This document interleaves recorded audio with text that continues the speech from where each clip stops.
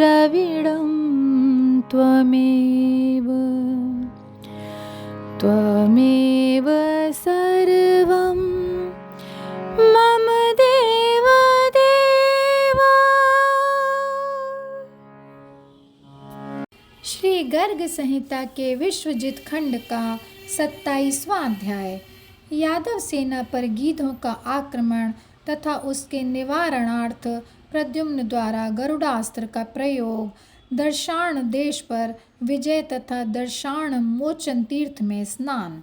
श्री नारद जी कहते हैं, राजन, हरिवर्ष नामक खंड संपूर्ण संपदाओं से संपन्न है। मिथिलेश्वर उसकी सीमा साक्षात निषद पर्वत है।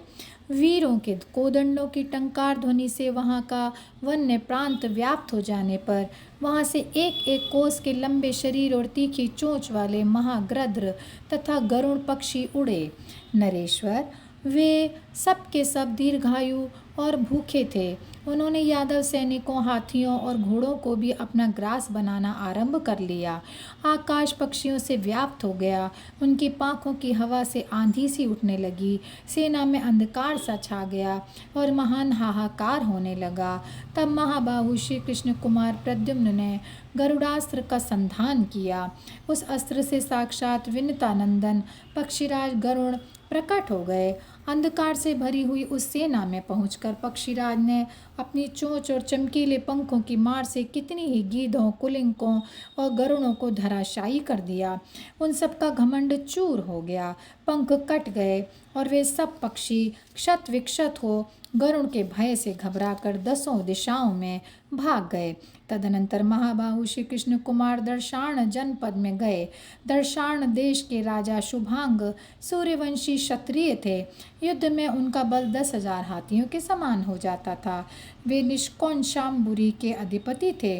वेद व्यास के मुख से प्रद्युम्न का प्रचंड पौरुष सुनकर वे दर्शाना नदी पार करके आ गए थे। शुभांग ने हाथ जोड़कर किरीट सहित अपना मस्तक झुका दिया और महात्मा प्रद्युम्न को उत्तम रत्नों की भेंट दी। सर्वत्र व्यापक और सर्वदर्शी साक्षात भगवान प्रद्युम्न ने शुभांग से लोक संग्रह की इच्छा से इस प्रकार पूछा।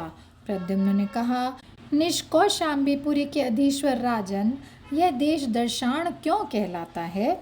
किसके नाम पर इसका ऐसा नाम हुआ है, यह मुझे बताइए। शुभांग ने कहा, पूर्व काल में भगवान नरसिंह हिरण्यकशिपु को मारकर प्रहलाद के साथ यहाँ आए थे और हरिवर्ष में ही बस गए। भक्तवत्सल भगवान नरसिंह ने प्रहलाद से कहा।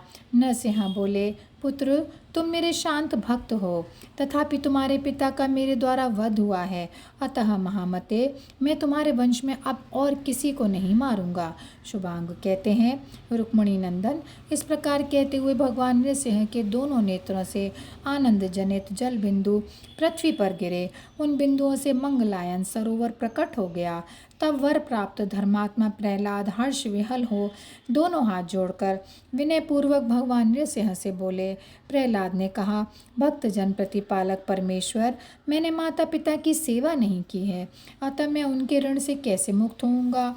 नरसिंह बोले, महाभाग, तुम मेरे नेत्र जल से प्रकट हुए इस मंगलानयन तीर्थ में स्नान कर लो। इससे तुम 10 प्रकार के ऋणों से छुटकारा पा जाओगे।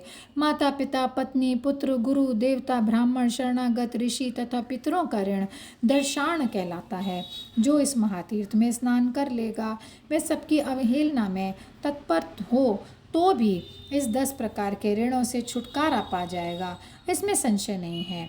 शुभांग कहते हैं, कयादु कुमार प्रहलाद इस दर्शान मोचन तीर्थ में स्नान करके सब ऋणों से मुक्त हो गए।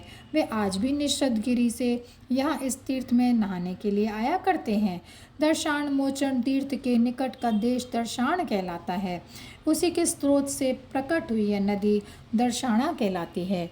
श्री नारद जी कहते हैं, राजन, यह सुनकर भगवान प्रद्युम्न ने समस्त परिकरों के साथ दर्शान मोचन तीर्थ में स्नान और दान किया। नरेश्वर, जो दर्शान मोचन की कथा भी सुन लेगा, वह 10 ऋणों से मुक्त हो जाएगा और मोक्ष का भागी होगा। और यहीं पर यह अध्याय समाप्त होता है। जय श्री कृष्णा, जय श्री कृष्णा, जय श्री कृष्णा।